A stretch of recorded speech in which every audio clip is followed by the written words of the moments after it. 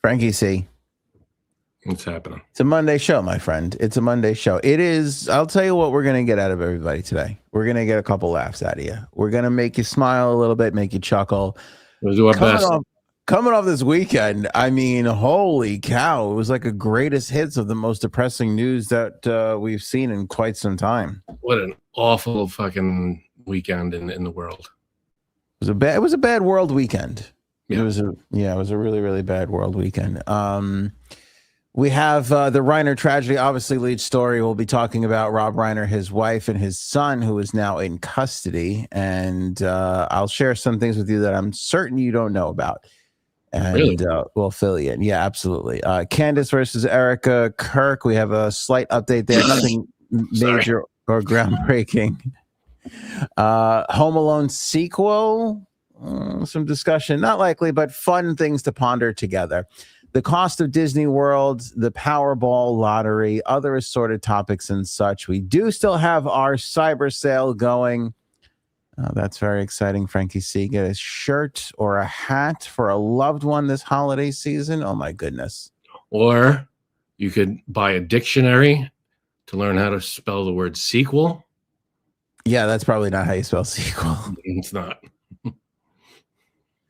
We're not here to teach you spelling. We're here to deliver a podcast, my friends. Hang tight.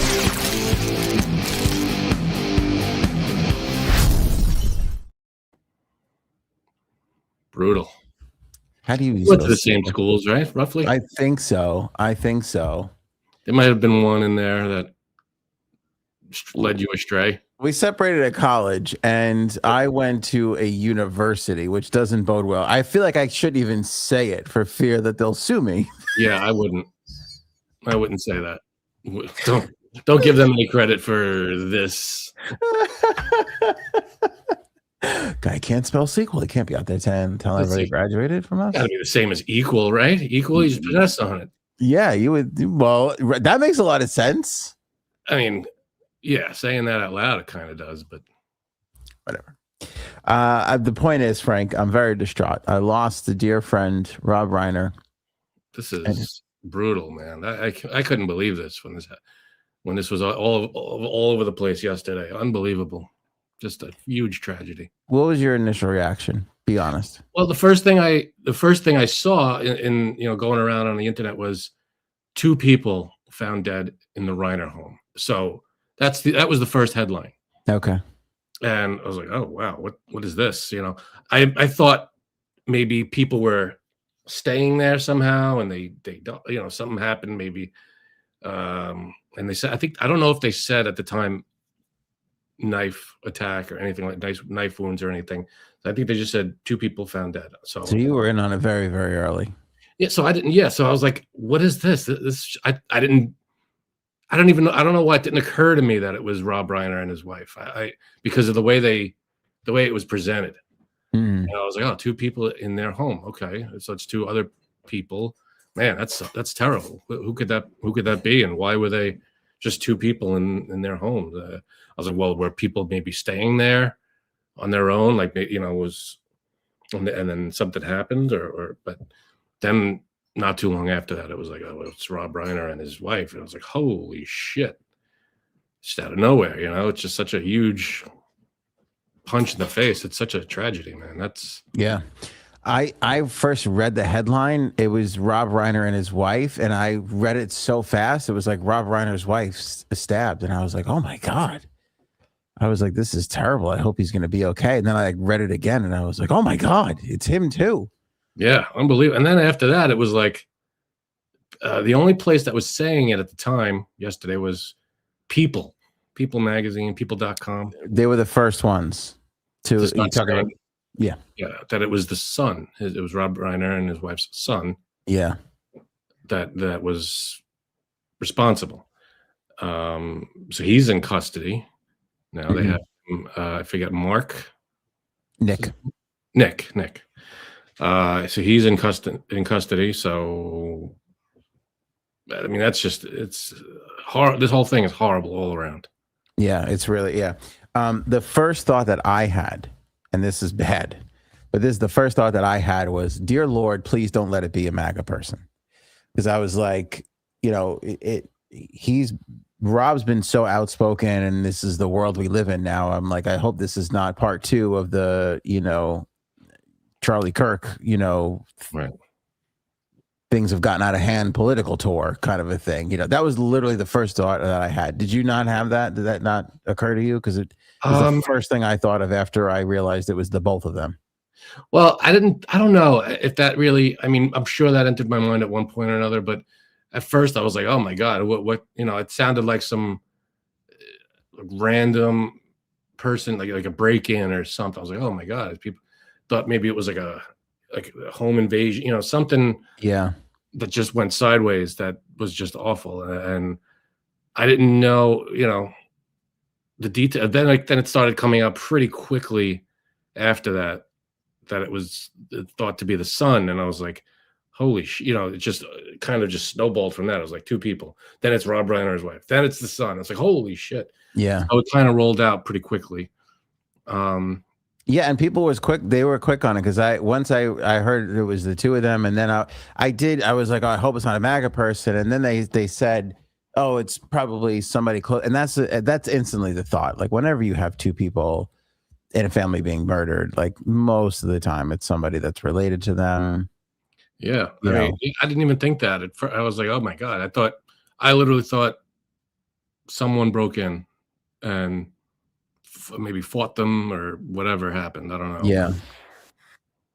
So, but I didn't think, and then all of a sudden it comes out with the son, and I don't know if it's 100% the son, like he's responsible. No, it's over. It's over. It's the son. Yeah, it's the son. All right. Yeah. So allegedly. I mean, possibly out of respect, but I mean, there's. So I'll give you the rundown. How it happened. It all started. I mean, it started years ago. The kid's got a crazy rage-fueled bad drug habit for years, and it's a real tragedy because, like, you look at Rob Reiner as, I mean, a really good human being. Like everybody talks about, like, what a great person he is. And I know it's not tough to grow up in a household with like a celebrity father, but at the same time, it's so interesting in the Reiner household because he grew up in a household with a celebrity father. Like Carl Reiner was huge. The guy was a legend. Yeah, I mean, and Mel Brooks and that whole gang that ran funny for the longest time. Forget Hollywood, like ran just funny, for the longest time. And so Rob Reiner had to deal with that. And Rob Reiner rose above and became one of the all-time directors. I mean, forget it, but his son Nick, and he's got a few other children too, they all had to deal with it. And this kid Nick did not take it really, really well. Had a deteriorating mental health issue, drug issues. They've had some fights in the past. And it really what this latest whole thing came from, believe it or not, Conan O'Brien's Christmas party on Saturday night. They had a fight at that party, which was on public display and in front of everybody. And it was so bad that they all wound up leaving. And supposedly from some of the accounts that I was reading, Nick was high or on some sort of drugs. And he was going around the party asking people if they were famous, like being a real jerk about it. And then I guess Rob tried to, get him to chill out and take it easy. And that blew up into a whole spat. And it went from there. I don't know the timeline of what happened and when. I'm not entirely sure. I'm sure we'll get that information in the next couple of days. But I'll tell you something, and I'll tell you something that probably not a lot of people know. It was his sister, Rob Reiner, and his wife's daughter who found them. Right. Yep. And she found them around 3:00 or so on Sunday. This argument was Saturday night at Conan O'Brien's party. So when this happened, we don't know, but it happened all in that time span. Rob Reiner's daughter called the cops, obviously, and she said right away, like, my brother is probably a suspect here. the next phone call she makes, do you know who it's to? I think it was either. I know the two people that showed up on the scene. One was Billy Crystal. Yep. The other one was Larry David. Yeah. So Billy Crystal was there, and he saw it, which is I mean, I can't even imagine. Could you imagine? It's you can imagine being the daughter to find your parents. You know, yeah. And then it's horrible. The whole thing is fucking terrible. And it's such a weird thing too, because you look at Rob Reiner, Billy Crystal, and Larry David, what I wouldn't do to be in a room with those three men. Yeah. And the laughs that would ensue, and then they're sitting there in the middle of a tragedy. It'd be nonstop, of course. You can't. It's the whole thing is. Yeah, it's the worst. It's pretty damn horrible. Now you're finally coming around on Curb. I think it was season 2 or 3. It was very, very early on where Rob Reiner is in it. Yeah, we saw that. Yeah, and we're up to like season 5 or 6 now, and yeah, we saw he was early on. He's early on, yeah, okay. And that, I'll tell you what, that scene is so brilliant, because that was like, if for anybody who's not familiar with this scene, Larry's showing up to his therapist, and Rob's coming out of they go to see the same therapist, and they're having a conversation. And Frank, when I tell you, that stuck with me forever, because they're like, you can't bother your friends with, and like, no, you can't bother your friends. And I was just, I watched that and I was like, oh, maybe I should stop telling my friends these these things. I'm like, maybe I really need to go get a therapist. I'm like, oh, they don't want to hear my bullshit anymore. I was like, so you just bring it here. That's why we started the podcast. Yeah, right. Because therapy. I can't afford therapy. Which, joke's on me. It would have been cheaper to do therapy. Yeah,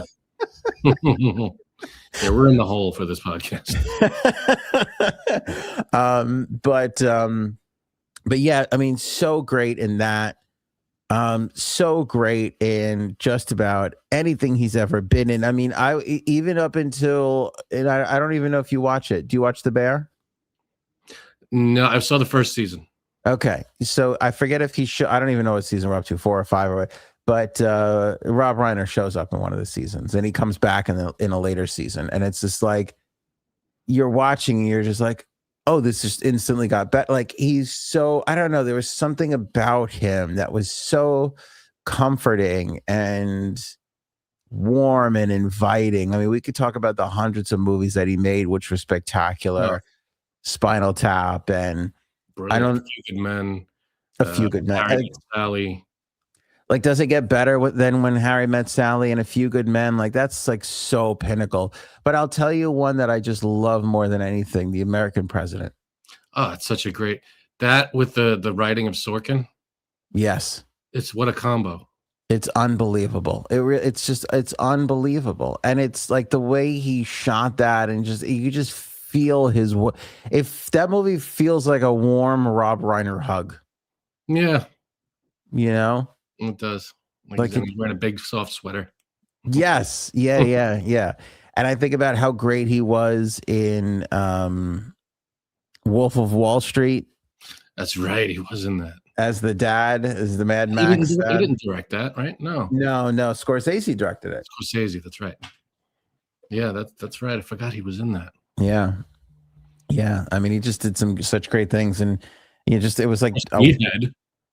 Meathead, yeah. On The Family, I mean, that was got him. That was the launching pad for him, I think, right? Yeah, but this past with his son really went on for like years, and it was like, was it 19 or 17? I forget what year it was, but they did a movie together that was literally loosely based on their relationship, and that was my first experience with Nick Reiner, because I remember at the time.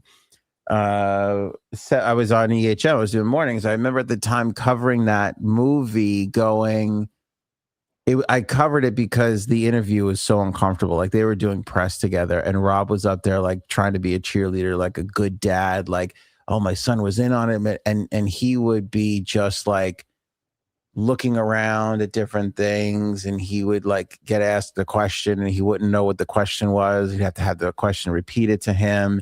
And Rob would be like, oh, who'd be good at telling you? Nick could speak to that.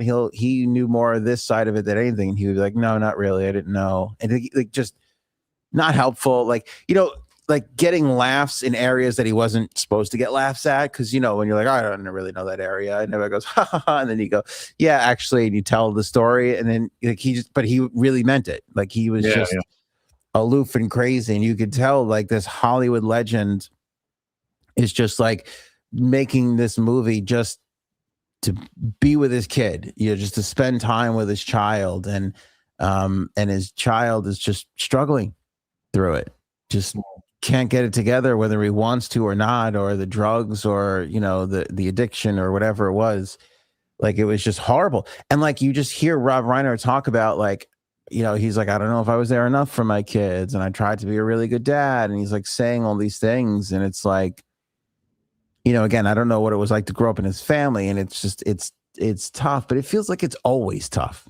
Doesn't matter if your dad's the big Hollywood director, or the garbage man, or the janitor at the school, or the telephone company guy. What it always feels tough. Life is tough. Is kind of like the big, it's a cliche, but everybody knows it's the truth.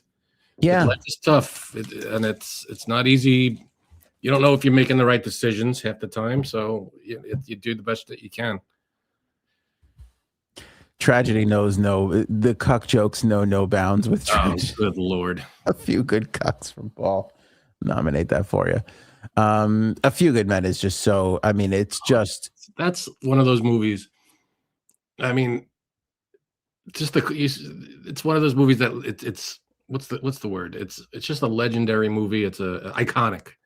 It's such an iconic movie, especially the courtroom scenes. It's just that's. Everybody pictures that. It's been parodied I don't know how many times. He just has so many insanely good movies under his belt. It's unreal. And it just came out. I think Spinal Tap 2. Yeah. Just came out on Netflix like a week ago. Yeah, like a week. Yeah. If that. I know. It's weird because like Spinal Tap is so nuanced in what it is. Yeah. And then you even see a little bit of that whole documentary type style in When Harry Met Sally, with the talking head interview portions of the movie. Mm-hmm. But outside of those, like, I feel like his auteur, ability was just to get out of the way. Like, it's like, you almost don't know it's a Rob Reiner movie until you're like, oh, there was no director gobbledygook that got in the way of telling this wonderful story and seeing these wonderful performances. Like, that's kind of what he was great at, Mm-hmm. Like, to get that out of Jack Nicholson in A Few Good Men. It's one of probably his most iconic roles for Jack Nicholson too. And Jack Nicholson, he's got 30 iconic roles, and like that one is like the one. Of course. Yeah, it's really unbelievable. So it's just this is one of those, it's just out of nowhere. It's like holy shit moments where you're just like you're just in shock for a little bit. You're like, I can't believe this is happening. It's such a shit way to end such a wonderful life. And could you imagine? Like, I don't know. Things just don't feel. Things haven't felt right for a long time, but that's not the way Rob Reiner was supposed to go out. Like, he was supposed to be, die of old age and be remembered, and and this is not. Nobody should go out that way. And that's, the peaceful guy, nice. Everybody has nothing but nice things to say about the man. Yeah, friendly, and his wife, both friendly, warm, loving people. And for anything like this to happen, it's awful. Yeah, Paul brings up a good point. Was hoping he'd direct the AOA movie. Me too, man. Now that's right. Now that's not gonna be happening. I could see Billy Crystal playing you. Oh, that would be nice. That would be great. Larry David playing me. That would be nice. You know what? You guys don't give it all away right now. Let's start jotting some of this down. All right. We can get what's his name to come play Jay Sav's brother. Who's the comedian that you're doing now? What the hell is his name? Shane Gillis. And Shane Gillis as J-Zap's brother.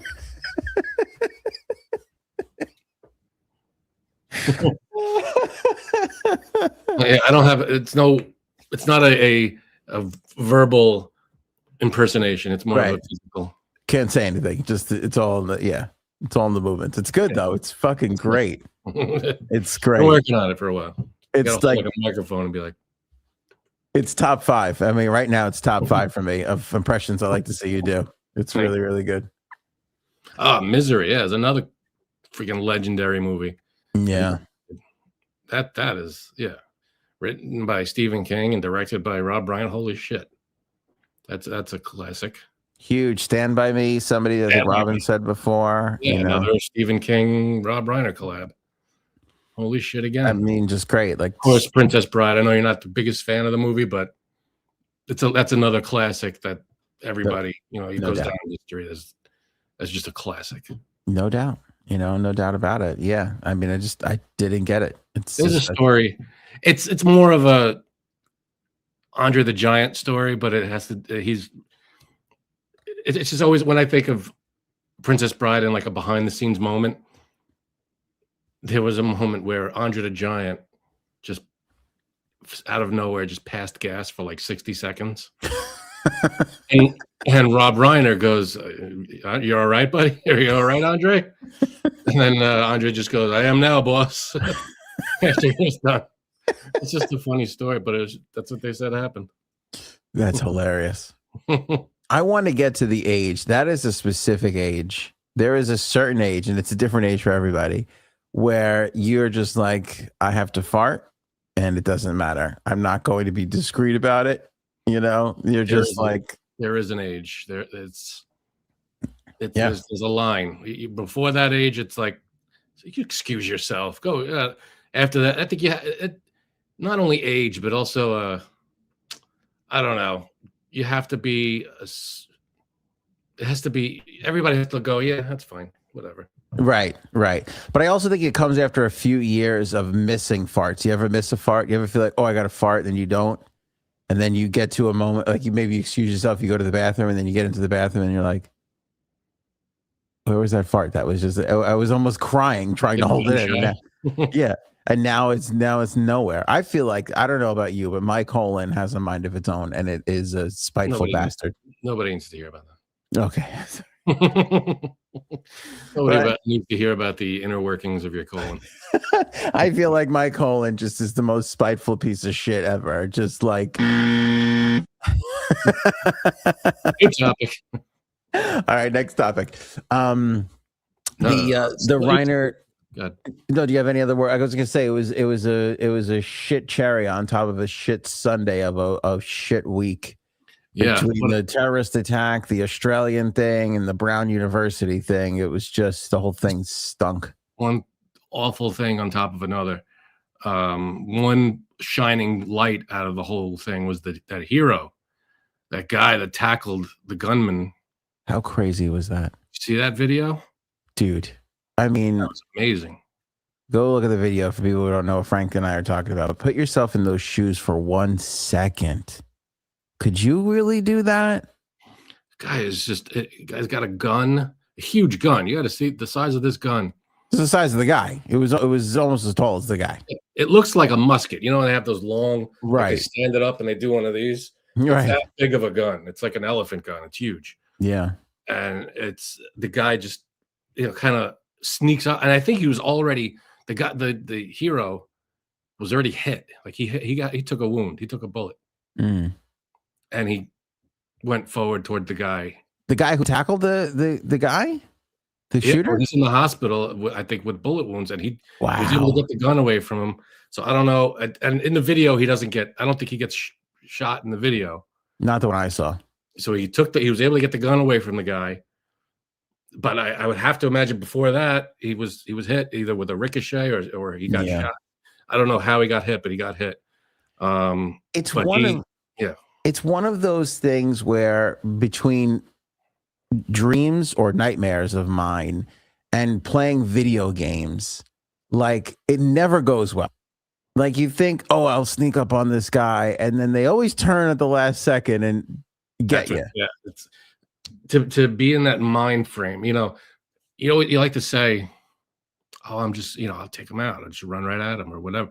But to be in that moment and take there that chance. and That's take that chance and run headfirst into it, it's like, holy shit. Few people can do it. This guy did it. This guy should be given every medal, every honor. I mean, I don't know, God knows how many lives. he saved. I mean, Yeah. tragically, there were people who lost their life. At least I think like a dozen people were killed. Right. But God knows how many more would have been. Which doesn't really happen in Australia. I mean, that's always like the thing. Whenever we have one of our shootings here, they always say, doesn't happen in Australia. They have stricter gun laws. So it's like they are very foreign to experiencing something like this. So Yeah. Again, that's just another feather in the cap of the person who decided to that guy to make that move. But even like I saw all right, there are two things on this. The guy, after he gets tackled, like, weren't you surprised at how easy it was once he made contact with the shooter? The shooter gave up very quickly. It was crazy. It didn't look. I mean, it looked like the shooter and the hero were huge guys, both of them. Right. They both looked gigantic, and it took a couple of seconds for the guy to separate the gun from the shooter. Yeah. And the guy fell on the ground, and he was like, "Okay, now I have the gun." Yeah. So it took some strength. It took a lot of. And then he didn't pop him, which is amazing. Because if that's me, guess what? I'm not risking you coming back after me. I'm gonna at least put something. I'll try and get it into your leg or something to slow you down, but I'm not.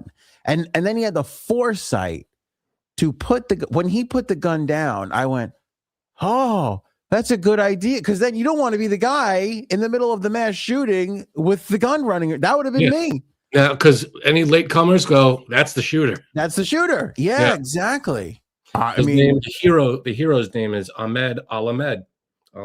Ahmed Al-Ahmed at Bondi Beach, who tackled and disarmed the gunman. Unbelievable. He's in the hospital. I don't know if he's still in the hospital, but the picture, as soon as you Google him, the pictures come up of him in the hospital, and it's unreal. People, I don't know if the short video I saw is of the guy tackling him. I'm sure there are other videos out there that show disturbing images. So tread lightly, tread carefully if you're sensitive, obviously. Yeah. Try not anything like that. But it's what's his name again? Ahmed Al-Ahmed. The last name is Al-Ahmed. Ahmed Al-Ahmed. Yeah. Do me a favor, see if we have any apple pie a la mode, because I'm fucking starving over here. You're an ass. All this tragedy's got me. I just want to eat. Just want to eat some. Good for you. Well, you tell me you didn't think of a la mode as soon as you heard Al-Ahmed. It's my broken food obsessed brain did. I'm like, I wonder if we have ice cream. Oh, God. So I have a problem. Either way. Leave me alone. Anyway, it's a huge, massive hero. I mean, and the foresight to put the thing down, I was just like. The guy showed amazing courage, restraint, and just strength. Complete opposite of what I would have done in that scenario. You would have been George Costanza yelling fire. Yeah, yeah. Knocking down women and children. Yeah. I would have been shouting, I'm not the shooter, like you shouting, I was in the pool. Yeah. No, I mean. Yeah. But the other one too is the watching. I saw another video of the other guy on the bridge, just calmly, just reloading and and I was just like, again, it was another one of those moments where I was like, wow, like how could you do that? Like it's one of those moments where you look and you go, what? I can't even comprehend a state of mind that this person is in. Like, that doesn't register. It's such a just an out there thing that doesn't compute. Like, how does that something like that even occur to someone to do and to carry out? It's just it doesn't add up. It doesn't make sense in a rational, normal person's mind. Right. Just gonna nominate this comment from Robin here while you're finishing up that point. No, you're right. It's like the kind, and it looks like a video game, and it's like, I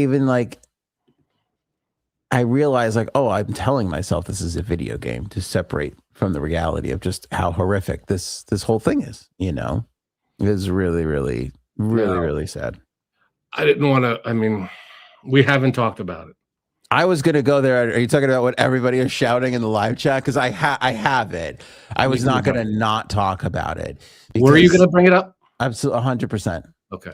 1,000,000%. You know, Frankie C, you know I keep the notes. So for people who are unaware, everything that happens, I do keep a note on and that's what this picture is. It's a link to the Truth Social, which I'm going to put up on the screen for you right now. And then I'll just be quiet and let Frank do his thing. Listen, I've said it a million times. But this kind of, I feel like it solidifies there's just nothing, there's no decency in this guy at all. He's just callous. He's cruel. He's sociopathic. Everything's about him. Even someone's tragic murder. Like this is, you could have you do two options here. Say nothing, which everybody would, of course, be like, oh, did anything to say? They probably would have asked him in person. Or, I mean, you'll probably have to say something eventually. Oh, it's tragic. You could have said, if you don't want to say anything good about the person, which I can't with this guy, but he could have just been like, oh, he could have went the very minimal, oh, it's a tragedy, praying for their family. It's an awful thing. Nothing like this should ever happen. I mean, that's bare minimum for any human being. Any human being. This guy takes that line and just fucking digs and digs and digs as far low as he can go and makes it the most disgusting, awful statement you could make. I mean, this is an example of the opposite of a rational mind, and any decent human being would read this and go, "This is a sick person. This is not only should he not be in charge of the country, he shouldn't be in charge of his own finances, his own anything. He shouldn't be able to dress himself. This is a not well person who is just." There's nothing redeeming. I can't find. Every day he gives us another reason to call him out on his awful behavior. Every fucking day. It gets lower and lower every time. I mean, this is just a low, disgusting rant by an unwell person. It's cruel and it's terrible. Everybody, even there are Republicans who are denouncing. I mean, it begs the question: where's the line? You have to, you ask it for a lot of people. Oh, where's the line for his supporters? Where's the line for the people in the government that support him? Where's the line for these people? Where's his line? I don't think he has a line. I don't think there's a low he won't hit. He could outlow himself. And there's no, I don't think there's a bottom, you know what I mean? He could just keep going. And there are some people who will look at this, I'm sure, and go, I see nothing wrong with this. And I don't understand. I don't know how anybody could read this. And then he doubled down. They asked him in person. I think it was in the Oval Office.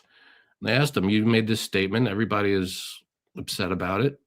Do you stand by what you said? And he's like, well, and he said exactly the same thing. Well, they were not, Rob Reiner was not good for this country. He was blah, blah, blah, blah, blah, blah, blah. And he starts going off on him. And it's like, what the fuck is wrong with you? The guy, I don't know if it's a case of he lost his mind or he was just always this awful of a person. But I feel like it's the latter, because we've known that he is awful for a long time.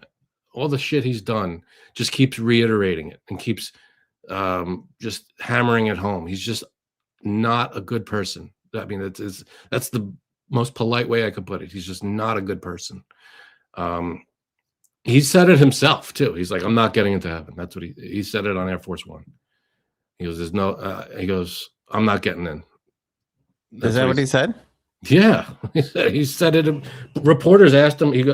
There was a brief moment there where he was like, "I want to get into heaven." And he was posting about it and blah blah blah. And then they asked him about it. Why did you say? He goes, "Well, I don't think there's a chance I'm getting into heaven." Is what he said. But I'd like to get in, but I don't think I'm getting in. I don't think heaven's going to welcome me or whatever he said, something like that. What a sad thing to say. Jesus. Yeah, you think the next question would be, well, why did you say that? Yeah. Why do you think you are not getting in? What have Questions you done? are the whole you not getting into heaven thing. How much of that has to do with the Epstein photos? Exactly. Well, probably that's probably a big part of it. I just want to say this to the editors that are going to put our show and clip it together. The whole part where Frank's talking about he's crazy, he's lost his mind. Make sure you include this part, because without this, Frank's just doing a lot of this pointing, and it looks like he's talking about me. Well, not that a lot of what I said could be transferred this way. I was gonna say it's too close. It applies to me too. Surprisingly, as you were saying it, I was like, "Oh shit, this isn't." I mean, you look at literally every other politician, famous person, whomever, and all of the messages, the condolence, everything is, this is tragedy. Stuff like this should never happen. What an awful, tragic circumstance. All of the right things to say in something like this. And everybody, you condemn violence in any form, political, not whatever the violence is. You come out and you go, "This is awful." I don't care if he supports you or not. When Charlie Kirk was killed, it was like everybody on the politicians, the famous people were like, they may not have liked him, they may not have agreed with him, but it's still awful and this should never happen. This is not, even if he's on the other side of the spectrum politically or whatever the case may be. You don't, revel in it and say, "Oh, it was this literally had nothing to do with him." Rob Reiner's death had nothing to do with him, Trump. Yeah. And he made it about him. He literally said, "Oh, he had Trump derangement syndrome, and it was bad for the country, and but rest in peace." It's like, this is a sick person. And anybody who looks at this and is like, "Yeah, that's fine. It's just Trump being Trump." Well, how many more things are you going to excuse? What does it take? What does he have to do to show you that he's just not a good person? Well, what does he have to do? I disagree with you, and I'll tell you why. Oh, I can't wait to hear this. I got nothing. It was horrible. I can't. Did you have nothing? No. Who could defend that? Honestly, who could defend this? It's fucking terrible. Almost every conservative or Republican that I know of has condemned this and has said that Trump has lost his way here a little bit. But it's not. But here's the thing: it's not surprising, because No, it's not surprising. But of Trump, he's not going to come out and say it was the great. Just look at what happened with McCain. John McCain died, and I'm not lowering the flag. He goes, "Oh, I gave him the funeral he wanted." Yeah, and he wanted thanks and praise for that. Yeah, he's not a nice person.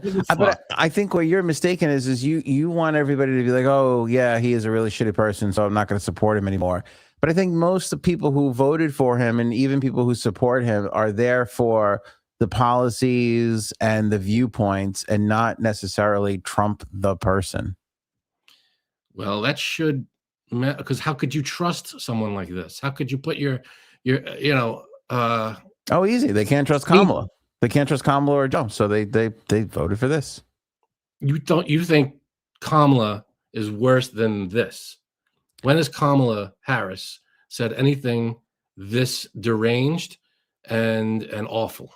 Show it to me, and I'll stop criticizing. No, you won't. You never will. Well, what is it? When has she said anything like this? No, but I don't think it's that. I think people look at it like you may not like your mechanic, but if the price is good and he does a good job, you're going to take your car there every time. I think that's how people view the presidency. Like they may not like him as a person, they may not think he's good, but they liked him better than the other people, and I'm not the supporters. I'm talking about like people in power that are behind him 100%. Oh, you know, I don't think that's a lot of people. Mike Johnson, and I don't think that's a lot of people anymore. I really don't. I don't think it's a lot of people anymore. Because, and I'll tell you why. On the pillow at night. But I'll tell you why. Obviously, you know that we've done this a million times, the Epstein stuff and all that stuff. But today, I've seen more people say that this is horrible than I would have never seen before in a year ago. You know what I'm saying? Like when it was election time, even January, February, March, he was getting the breaks. He was getting the benefit of the doubt. Nobody wanted to speak against him. I mean, it's December. It's a different story. People are, and it's not just Massey, but like people, conservative writers for the Post. There was a person in one of the other right-wing conservative magazines. We all know he's lost Candace already, and Tucker, and all these people. You know, it's like it's not there. It's the support's not there the way it used to be. What was so bad about Kamala Harris that this is a better option? I know, but you think it's about who's the nicer person. It's not. It's about who can run the country better. Is what people are. So that's why people. In question. No, I'm saying people could look at this and go, he that's really shitty. He shouldn't have said that, but they're not going to regret their vote. But this is a mirror image of the shit that he's doing in the White House. This is just falls right in line with all the bombing people in the middle of the ocean, banning certain people from certain things, like based on their gender or whatever's going on. You know, just the awful, just shitty stuff that he does on a weekly basis. I see this more as a tragedy from, can he be the president for everybody? Like, can he just for a second recognize, to your point, this is not about you? Like, he can't. That's the problem. This has completely nothing to do with, other than the person who was tragically murdered fiercely opposed your viewpoints. And he had to put himself into it. I think this makes him look bad, like bad to a lot of people. But a lot of people who agree with his policies and, you know, and all that stuff, you know. Which policies? I don't see. He doesn't have any conservative policies. There's conservative people in this country, Frank. They I understand that. I understand that.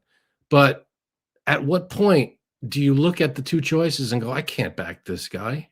I can't put my name on this ballot with him. You'll have to ask everybody. You'll have to ask everybody who voted for him. But I'll say, do you like the prices going higher?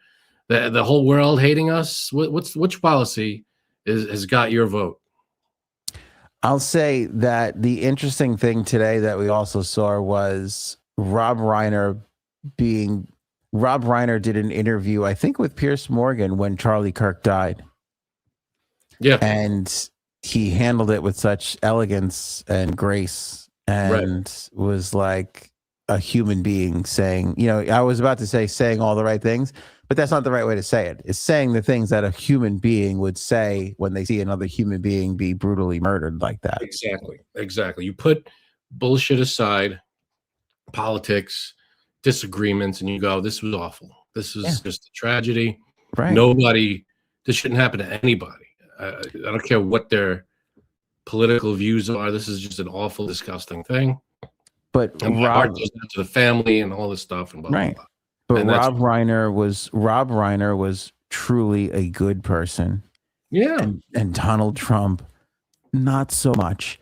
And this has nothing to do with how you vote or how you feel about them. When you look at who genuinely good people are, and listen, people will tell me Donald Trump paid for so-and-so's mortgage. Donald Trump sends letters. I know he does good things, but you're talking about You talking about people? You talk about a derangement syndrome. This is it. I mean, you have just as much Trump derangement syndrome on the other side of it than you're claiming Rob Reiner had. And listen, Rob Reiner was incensed. He was incessantly unhappy with Donald Trump, and said a lot of things all the time about it. Rallied against him. That's okay. There's nothing wrong with that. To bring that up at the moment when he was brutally murdered by what appears to be his son, and his daughter found it, and his closest friends had to see all that. Like, this is gonna be brought up a lot. You know, in those moments where Trump really, really unanimously across the board fouled up, Epstein, it's probably one or two other things that I can think about where, I mean, I'm not just talking about where the left wing thinks he made a mistake, because that's every day. I'm talking about everybody thinks he made a mistake. And that's today. That's definitely this in this case. And it's not even a mistake. This was on purpose. This is who he is. He doubled down on it when they asked him in person. He said that he reiterated all this stuff, which I couldn't believe. That I couldn't believe. See, that's the difference. I could believe it. But I wonder, do you wonder, because this is what I think, will he have a moment where he goes, you know what, I was a little heated and I shouldn't have said that? I don't know. I two questions. Will he have that moment privately, and will he have that moment publicly? Like, you think he'll ever go, Don, maybe you took it too far on this one, even if in his own privacy? Who the hell knows what is going on in his head? But he'll never say it in public, because he can't admit any kind of wrongdoing. Everything was perfect. I did the perfect call. My numbers are through the roof. Everything. He can't say, yeah, we tried this and it didn't work, or this policy, we're working on it. It's going to be a lot better because maybe I rolled this out too quick, or I did that, or blah, blah, blah. It's always, we got the perfect everything. Everything's perfect. I don't know what you're talking about. And then he'll just attack people, the press. Oh, you're an awful person. You're a terrible human being. He just attacks everybody for out of nowhere. And it's like, how is this normal? This is not how a human being talks. All these reporters talking to him. Oh, you're just an awful person. I can't talk to you. You're a terrible human being. You don't have a clue what you're doing. You're just an awful reporter. He just keeps laying into people. And it's like, well, why can't you just answer a question like a human? I think that's getting tired, though. I think the press is starting to tire of that, because you saw the other day when he didn't answer a question, somebody else did the old, I'd like an answer to that question, like, pulled the old, I mean, I wish there were people in there going, as soon as Trump goes, well, you're just an awful person, awful reporter, and never blah, blah, blah.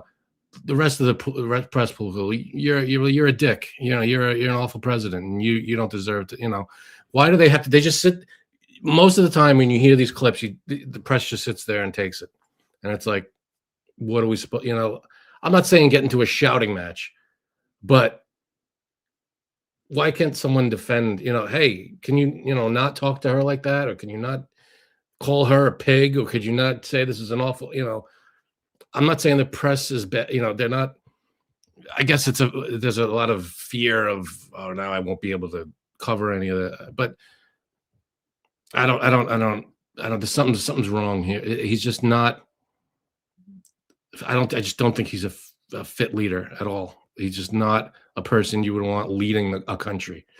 He has no leadership skills. No, pulling everybody together in tragedy. That's like part of the job, and you can't. Yeah, leadership's not his thing. It's not his thing. It's not. He's not the first one. He's not the first president we've had that has been a not so gracious leader. But whoever that was, this guy is way the fuck up here. Tell me again. Point to another president who was this vile to other people, about innocent people, citizens, civilians. I think Andrew Jackson was quite the dick from what I think so. From what I've read, it was, I think it was Andrew Jackson. Yeah, I'm pretty sure it was Andrew Jackson. I feel like I might have that wrong. It was one of the presidents where recently they started calling him Trump one. They were like, he was the Trump of his time. He would piss people off. He didn't give a shit. He was just unpopular, opinions on things, and he would just point like, I'm pretty sure it was Andrew Jackson. I don't know anything about Andrew Jackson, but okay. Yeah. So I think again we've seen this before. We didn't have social media for it, but we've definitely seen people alive now haven't. That's true. Good point. Speaking of which, Frankie C, social media. Candace Owens took to Twitter just moments ago to update us because this was breaking over the weekend that Erica Kirk and Candace Owens decided they were going to talk to each other today. I waited all day long for an update, and it literally came 13 minutes or 20 something minutes before we jumped on the air here. And Candace put out a tweet saying, Erica and I had an extremely productive 4.5-hour meeting that I think we both feel should have taken place a lot earlier than it did. That could have been an email. I mean, a long email. Yeah, that's a long ass meeting. Yeah, that's a big meeting. Lunch was ordered? Oh, that's a good question. What's the lunch situation? 4.5 hours. There better be a snack or something. Some kind of meal going on. Pizza. Yeah. Okay, 4.5 hours. That's literally 4 to 5 potty breaks. I'm gonna need to use the restroom 4 to 5 times. You need a doctor. I know. I got to go to the doctor. I have to go. But I like 4.5 hours. I'm gonna be chugging water. I'm gonna be needing to use the restroom. Like that's insane. There's people can't do more than 45 minutes to an hour.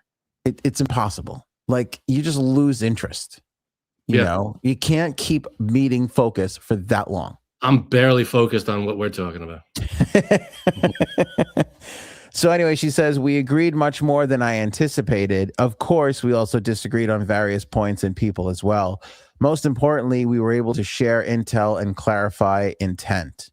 I will, of course, have a full rundown for you all tomorrow as I'm currently exhausted, but I wanted to quickly let you guys know that absolutely nothing was held back, and the immediate result was that tensions were thawed. I would have to say that Candace probably backed down a little bit. I don't know, but who knows with this? Did Erica Kirk put out a statement too? You know what? She didn't. I mean, I could check right now, but people look at what people put on with AI. It's like, oh God. It's her holding a knife. I'll search Erica Kirk. Let's see. Erica Kirk. She didn't when we started the show. Let's see if she's put anything up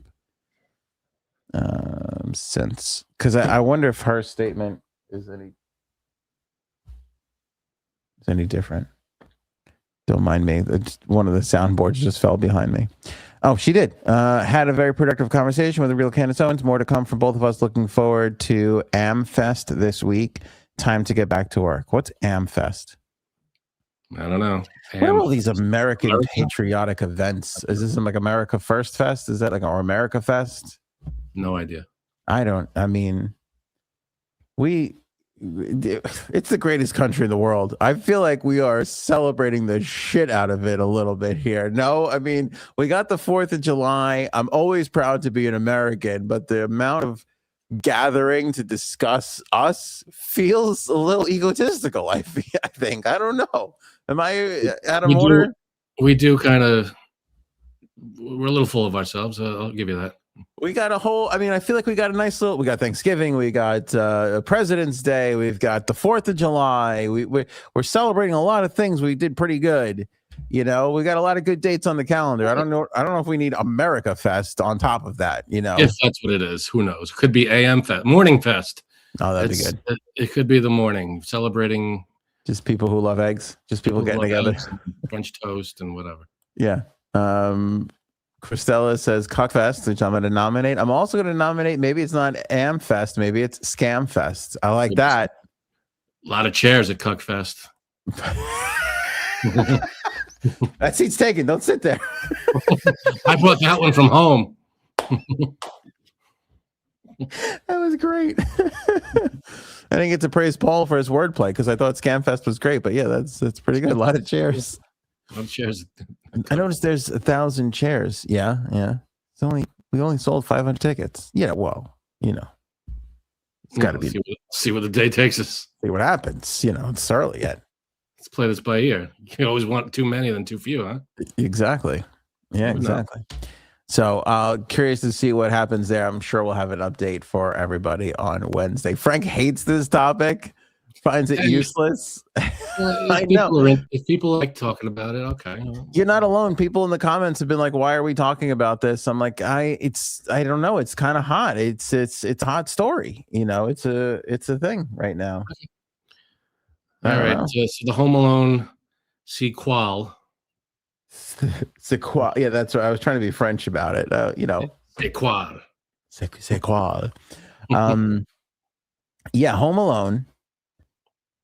There was had like 4 or 5 Home Alones. I know there's been a lot. Oh my God. Okay. Try and explain this to a 10-year-old because my son's like, Dad. He's like, the sequel, Home Alone 2 is good. I go, yeah. He goes, better than Home Alone 1? I'm like, it's good. It's on par. Yeah. He goes, if Home Alone's an A+, Home Alone 2 is an A. Yeah. I think some people would even consider Home Alone 2 to be better than the original. Not me. Yeah, that's my opinion. Home Alone, because it's the OG. Yeah. But some people will say Godfather 2 is better than Godfather 1. You got those people. There are sequels out there that are better than the original. And people who love them. Sequelites, I like to call those people. People who like to call them that. Yeah, sequelites, they automatically like the sequel over the first one. Terminator 2. I was just kidding. They got it right on that one, But he's like, what happened with 3? And I'm like, I don't know. I'm trying to explain to him like Hollywood and deals and greed and like, Macaulay. Say they made 2 or 3 more that weren't very popular. Yeah. So they're acting like they didn't happen. That's what that is. But then he goes on Disney and there's literally like 7 Home Alones. Like they just made a bunch of them and nobody knows. Yeah. They were like, I never saw anything past 2. But there are 2 others that came out that I don't know if they're direct sequels of the movie, like if they have anything to do with the first 2 at all. Right. And then they rebooted it and made like a Home Alone, like that was maybe 5 years ago. And it was supposed to be like a reboot. It wasn't supposed to be a sequel, I think. That was the one where Buzz is the cop.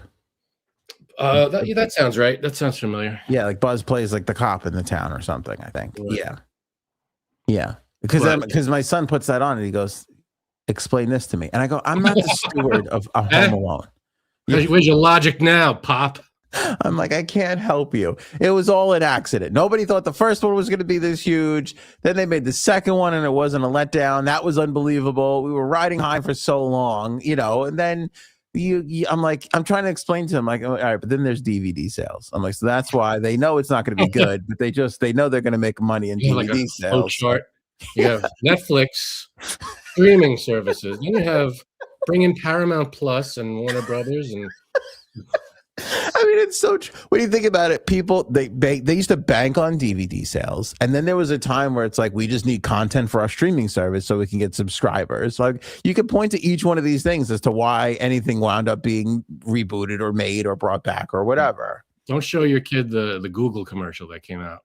No, I can't. It was like a 30-second. I know. The revelation in that commercial was he eats the macaroni and cheese. Do you know that? Oh, because he didn't get to eat it. Because I saw an interview with him and he was like, I tried to give that to everybody. I was like, I made sure that I was going to eat it this time because everybody's always screaming at me. Why didn't you eat the macaroni and cheese? Because the clock went off. It was time. You got to get going. Get going. Crime waits for nobody. He could have shoved in a couple of spoonfuls. Dude, right? I mean, I'm such a fat fuck though. I can't really tell. Like my experience on the world is different. Like I would have definitely been like, oh, like before. Now I got my little BB gun. Yeah. And then go. And then you go 100%. So Dave _ TV NYC on TikTok. Thanks to him for the clip on this. Thank you, Dave. He put this clip up of, I guess this is at the Academy Museum of Motion Pictures in East Los Angeles just 2 days ago, where that's Chris Columbus on the left and Macaulay Culkin on the right, and they're discussing what a Home Alone sequel would possibly be. You need Mac and you need Joe Pesci and Daniel Stern. Without well, Joe Pesci is 82. I'm pretty sure he can still take a fall, right? It's hard to hear. It's kind of low. Chris Columbus says you can't have a Home Alone sequel without Mac meeting Macaulay Culkin, David Stern, and Joe Pesci. Joe Pesci, yeah. What'd I say? David Stern? David Stern, yeah. I think he's the commissioner of the NBA. Is he? I think David. Yeah. So Daniel Stern, thanks for clarifying. Let me go back a sec here. Well, Joe Pesci is 82. I'm pretty sure he can still take a fall, right? I just saw Paul McCartney again. I said he's 83 and he was fine. So I think he get hit in the head with a paint can, though. So I always thought that those two guys would probably have been in prison for 30 years and are pretty pissed off at you. So I see it as some sort of revenge movie. I think I can take him, though. And now it's the two of them against him in some sort of scenario. But it has to be the three of them. And your that would be awesome. Was interesting. So That'd be cool, right? Well, so Macaulay responds with his own sequel idea. Take a listen. Oh, it's cute. Yeah, no, I like the idea that maybe like Kevin's older, that he's like a widower or something like that, and he's raising his kid, and they don't really get along. He's working all the time. Kevin's working all the time. It's almost like liar liar kind of thing. It's kind of a disconnect. And then I think there's one of two ways you could do it. One, he actually leaves the kid behind by mistake. And so he calls up his mom like, "I'm so sorry. I get it now." I think that's it. That's pretty good. Or also, I leave him behind on purpose. Like, oh, that made me the man I am today.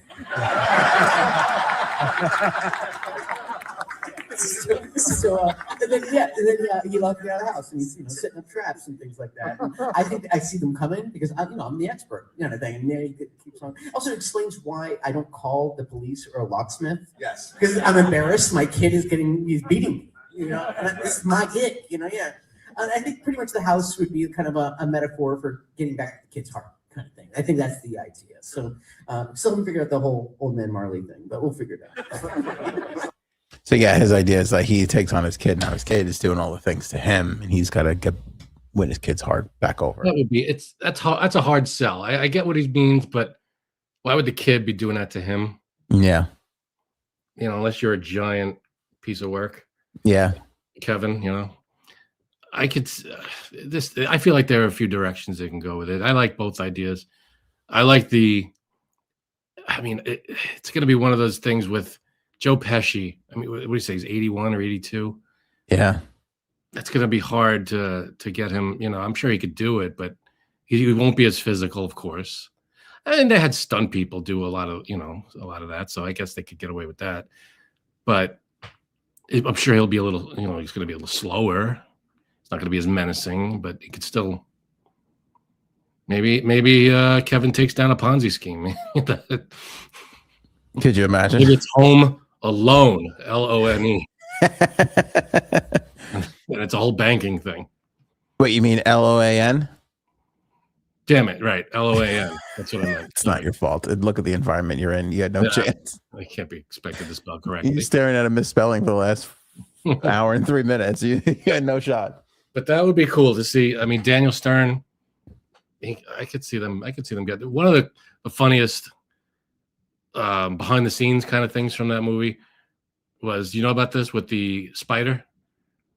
No. So Daniel Stern, they put a real spider on his face. Remember that scene? Yeah. Screams, but he couldn't scream. The person who was in charge of the spider, the handler, said, "You can't scream at the spider. It's going to freak him out. It'll startle the spider." Yes. So that scene is actually silent.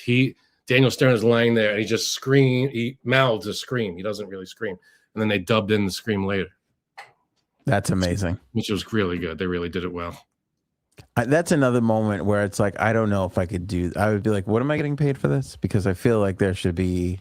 Would it freak you out, a tarantula? That hairy thing crawling. Come on. I don't want you to just look at your arm and say that again. No. I know, it's so weird, right? But it's like I can't imagine something with that much hair on top of it. As your wife. As my wife. No, but just its little fucking spider legs, the little hairs on it, and the little. Just go like this on your face right now with your fingers. It's fucking freaky. I can feel it on my spine.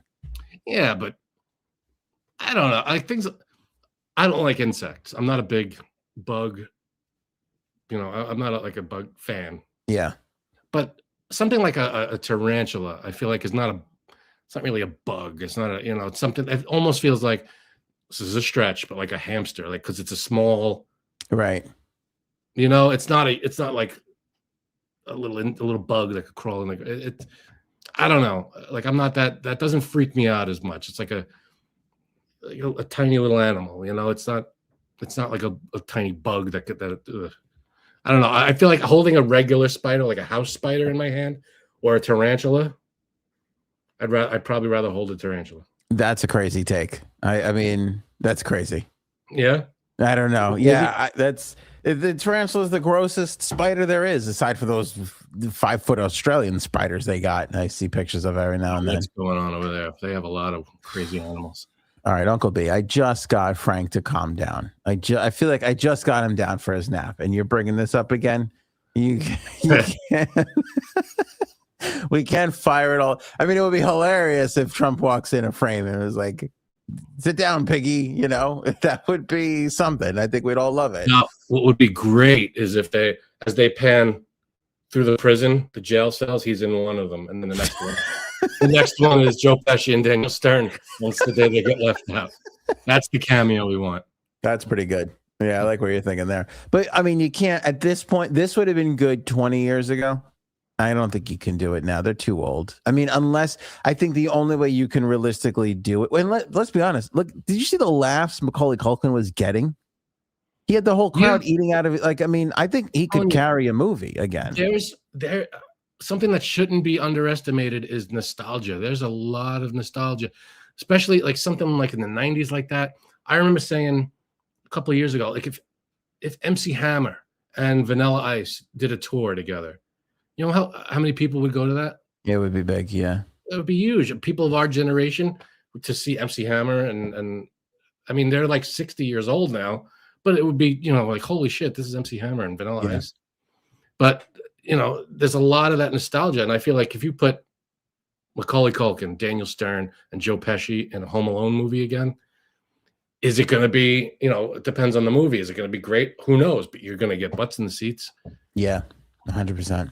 I think the only way you could do it is you got to make them the old man Marleys. They got to be the ones that are just puttering around town and they're old and they're. What if Kevin runs like a huge company, huge business? And now, as part of their reform, they do like a work release thing, and they have to go work for Kevin. Work for Kevin. That might work if it's Karate Kid-ish, where Kevin loses his way, and then he kind of becomes the bad guy, and then it's the old men who teach him the way, teach him how to love it. How to be a good criminal? No, but like reform him and, you know what? That idea sucks. I don't know where I was going with that. Well, I just feel, imagine if now Kevin's their boss and he likes to order them around, but they're trying to like infiltrate the company somehow. Take it down. They're going to be like the corporate bandits now or something like that. The corporate bandits. They've written a program where every 0.1 cent that gets rounded up, they're going to take and put into another account. Right. Because they're that smart. Right. Yeah. But I feel like then late at night, Marv and Harry, they're in the company. They're in like the big building, in the company's building, and Kevin's there working late at night, and he has to stop them, and he has to set all these corporate traps. The copy machine goes flying at them somehow. I don't know. Yeah, no, and it's filled with phrases like "let's put a pin in this, guys," shit like that. Try to be more proactive. Yeah, we're gonna land this plane. Yeah. Yeah, all right, that's not bad. You might have something there. I'm telling you, work release, you get them to work for Kevin, and then they try to take out his company. I think that's the way to go. I'm gonna tell you something. I'd buy tickets for the Ninja Rap reunion tour. Oh this man, second. I just watched the second one, Ninja Turtles. That was 30 years ago, and they still hold up. They're so good. You just watched the second Ninja Turtles? Yeah, just it was just on. Okay. You know, it's funny. I have it on. I subscribe to YouTube. I pay for like YouTube, whatever it is, YouTube. I don't remember what it's called. Yeah. But they have free movies. So while during the day, it's free. It's on, and I'm just like, I'll just listen to it while I'm. You just put it on. It's just on in the background. I can't stop watching old wrestling clips, so I get it. I'm embarrassed by it, but you're very proud of Ninja Turtle 2. The Turtles, the old Ninja Turtle movies are great. A little too rough. It's an all-time quote. Is That's that the most great quotable line from Ninja Turtles? That's such a great quote. I don't know who wrote that, but they deserve every Oscar, every award because it's so perfect. That whole scene, a Yeah. little too quiet, a little too easy, a little too rough. A little too rough. Oh my God, that's comedy gold. I hear that they are making another live action Ninja Turtles. Now, I heard that and I go, I don't even know what this means because even the live action stuff is not really live action today. It's live, actors, but it's all CGI. Is that what they? I hope that's not what they mean. I don't know. I just heard live action Ninja Turtles. I was like, I have so many questions, and that was, I want to see animatronic costumes because it's. I don't know why, but it's more believable. They look better. They're tangible. They're real. The ones with the what's it called? Michael Bay, I think, directed them. Yeah, the newer ones. Newer ones, the ones that aren't animated.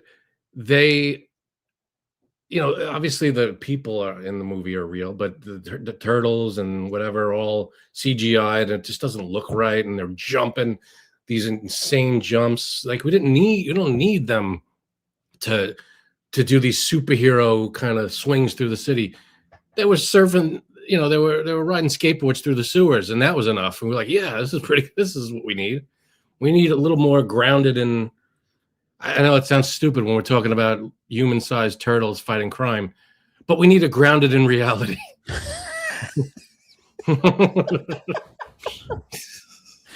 Everybody that's like, this guy's making a good point about Trump are now like, damn. I unraveled the whole thing with my Ninja Turtle rant. Yeah. Ninja rant. If you didn't have a wife, you would be a mom basement dwelling with your Ninja Turtle theory. Let me tell you something. You hold on to that woman, okay? Because tell me about it. My nerdiness.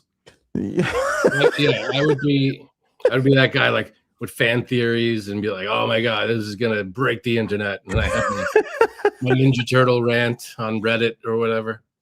Yeah. You're one fight away from your mom just being like, Frank's living in the basement. You have to see his Star Wars Ninja Turtle collection. It's unbelievable.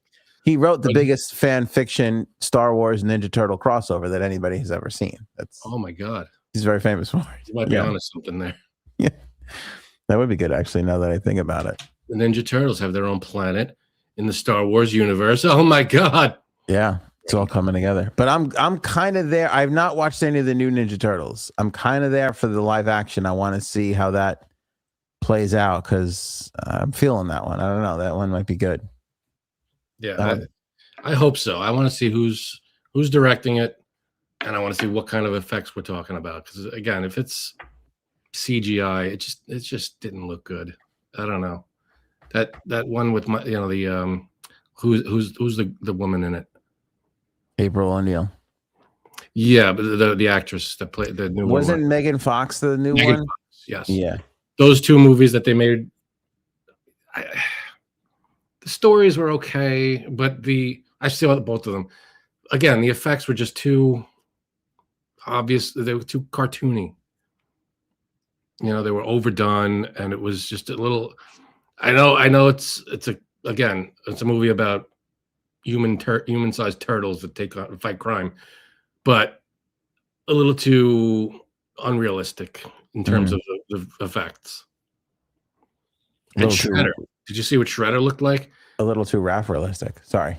Yeah, the original Shredder, menacing, scary, tough, and he had a couple of knives on him. It wasn't anything outrageous.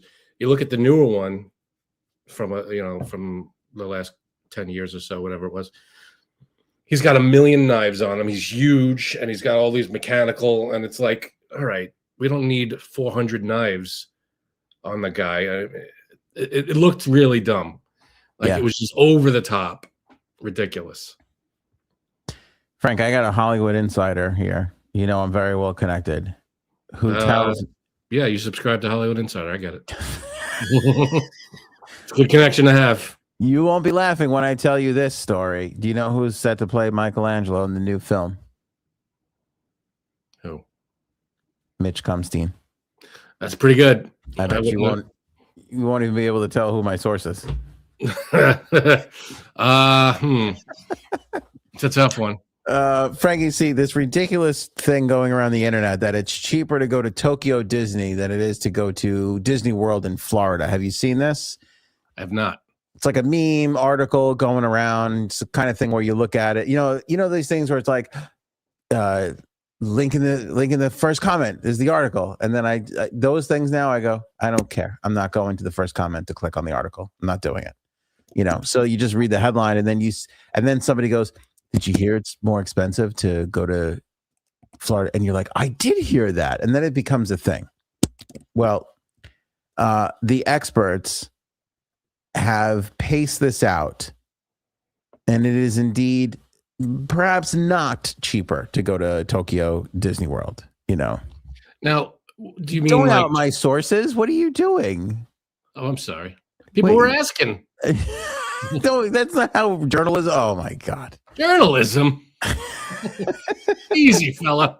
Let me give everybody the tip. If it's Mitch Kumstein, it's Frank's brother. That's where it's coming from. Now, when you say go to Tokyo, what was it said? Tokyo Disney. Do they mean from here, like the flight and the from the United States? Yeah. From the United States. It's the concept is that it's cheaper to go from here to Tokyo Disney, do a trip there, and come back. Yes. Than it is to go to Disney World or Disneyland. Disney World. Disney World in Florida. In Florida, yeah. Okay. So this is what people are saying. This comes from Chris French, who's a travel agent who specializes in Disney vacations. He says, at Tokyo Disney Resort, you pay a low price to get in, and then you might pay low prices for things like food and merchandise, but you have to pay dramatically more for the privileges that most people want. The chance to see every show, to see every parade, and to actually get on the rides with premier access. When it comes to standalone ticket prices, Tokyo Disney Resort is undoubtedly cheaper. According to Tokyo Disney's website, tickets for a single day use range from 7,900 to 10,900 yen for adults, which is about $51 to $70 a day. And kids are obviously cheaper than that. That's really good, though, right? Disney World, for ages 10 and up, you can pay $119 for a standalone ticket, and that goes up to $274 on popular days with Park Hopper, because that's how Disney works now. You go on a day when nobody gives a shit, you're paying $119. You go on like Christmas Day or winter break when all the schools are out, it's going to cost you $274 a day just to walk in the park. That's so crazy. It's the same product. Mm-hmm. Like how because more people want. It's like I get supply and demand, but holy shit, that's just price gouging. Well, the insane one is one has clearly better sushi, and that's the cheaper one, which is amazing to me. I mean, sure, you can get a nice tuna roll in Florida, but you're not going to. You're going to go. Yeah, no, you can't beat that. It's the heart of it, exactly. Now, okay, so they're saying. But yeah, did they factor everything in though? Like they factor the stay, like the hotels, the flights, and all that. Yeah, all that stuff. So it's like what this guy is basically saying is, if you want to have like the top-notch experience in Tokyo, it's probably going to get you right around the same ballpark. Like you're not going to save that much more. Still, you get to go to Tokyo. It is Tokyo. It's like. Yeah. I mean, we know somebody who literally went to Disney World Paris a few years ago. Okay. Because it was cheaper than going to Florida. Wow. Yeah. Yeah, That's and not- I don't know if they hit it the right time of year or whatever it was, but I just remember talking to this person, Oscar, uh-huh. and he was like, "Yeah, it was cheaper to go to Paris, so we just went there." I was like, I wonder if if it's the same setup. Like, do they have the "No, same? They don't, right? they're all there. They all have a castle. The princess whose castle it is different in every one of them, but they all have a castle Really? for their Magic Kingdom. Yeah, because they all have a Magic Kingdom, and that's all kind of around the same. But some of them have different. Like that's kind of what Disney started to do. They're like, all right, well, this special thing is going to be here and nowhere else, And they Smart. might have like a Indiana Jones thing here, but like in one of them, Tokyo, Paris, China, I forget which one. It's like a ride, and in America, it's only a show. So it's like if you want to go on the ride, you got to go. You got to go there. So That's smart. Now I feel like Disney World is Cinderella's castle. correct. What's Disneyland? I think they're both Cinderella's castle. Wow.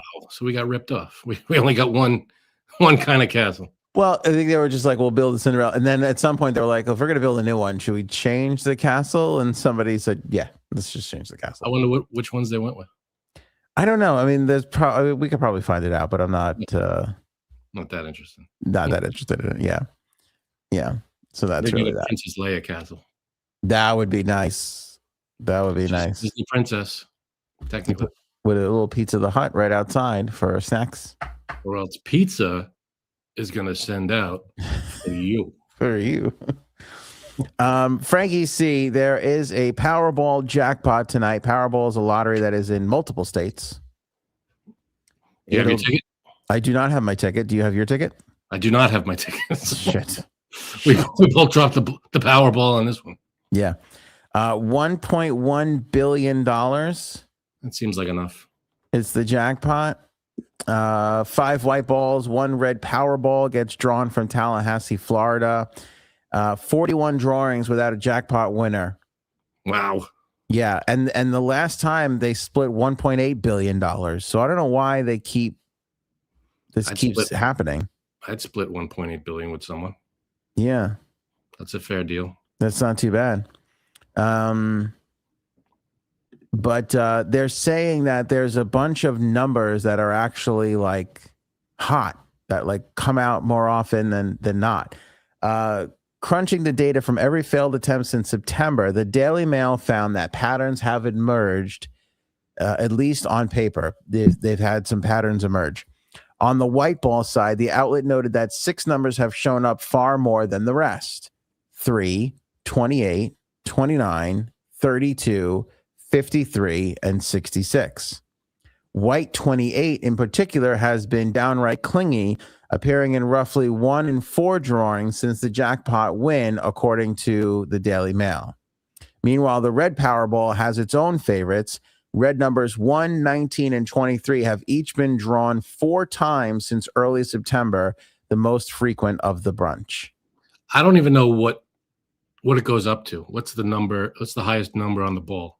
Oh, that's a good question. It's different for each. I think the white is like in the 60s maybe, and the red is in the 20s. Okay. And are they doing it manually? Like it's a physical, like a barrel full of It's ping pong balls? It's still the big barrel full of ping pong balls. Yeah, they film it. And yeah, most people don't see it, but they do it. They do that. Okay. So it's not electronic or anything. No, it's not electronic. Supposedly it's live. As much as we trust the Powerball people, it's live. So, All right. And does it go through, like, I remember the lottery goes through like that tube and it gets sucked into the. Yep. Same thing. Same deal. All right. They're not same deal. reaching in and grabbing a ball. It goes through a thing. Okay. It's still thumping, if you will. Thwomp. Yeah. I like that thwomp. Yeah. But there's no, this means nothing. I always love this because in roulette, Oh yeah, that's the biggest scam. in the casino, as soon as they put the numbers of the past things up there, they doubled their money because it was like people were like, "Oh, that's got to come out again." It has no bearing on the future. The past has no bearing on the future. The odds reset with every spin. Every single time. Yeah, every single time. So You can't look at that board. That board, because it's so weird. You see like 10 numbers in a row are red, and like 2 are, then it goes 2 black. what are the odds a red's going to come out? Same as it was the last roll, you know. Yeah. It's not, just because it came out 10 times in a row doesn't mean it can't come out an 11th time. Or it doesn't, you know, it doesn't mean anything. Oh, they all have equal chances. It's a crazy. I feel like the odds are astronomical, but you see it a lot in movies where someone takes all their money and puts it on one number and then hits. It's like the odds are 1 in 36 or 38, however many numbers there are. Yeah. And it's like that doesn't happen. That's such a long shot. No. 1 in 38. It's like No. gonna hit. You gotta play like a lot of different numbers in order to get anywhere on that. You know what's weird too? I've lost my appetite for gambling. All around. The occasional like $5 prop bet on like if most of this is I just don't have time. Sure. But if there's like a day where there's like, you know, all right, there's 10 NHL games and I'll bet on first goal or I'll bet these 3 winners and put it together, maybe. But like, I don't know. I've lost that thing that we had when we were 20. That love and feel. Now I did.